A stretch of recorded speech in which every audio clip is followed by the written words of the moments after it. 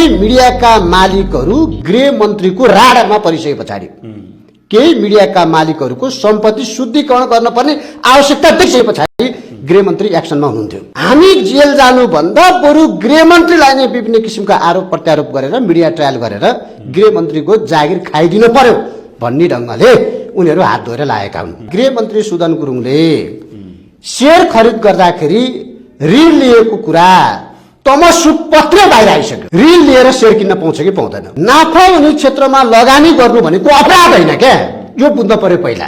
रवि लामिछानेज्यूले हिजो प्रश्न भनिसक्नु भएको छ कि बाहिर आएका हल्लाहरू जो छन् त्यसको हामी चाहिँ चेक जाँच गर्छौं। त्यहाँ त अरूको पनि त शेयर छ होला नि। दीपक भट्ट र सुदन गुरुङको मात्र शेयरले त त्यो चाहिँ कम्पनी चल्या त होइन। मिडियाका डनर पनि आतंकित भएका छन्, अरू बिचौलियाहरू पनि आतंकित भएका छन्, मुलुकलाई खोक्रो बनाउने लुटेराहरू पनि आतंकित भएका छन्। राजनीतिक दलमा लागेर छोटो समयमा धेरै अकुत सम्पत्ति कमाएकाहरू पनि आतंकित भएका छन्।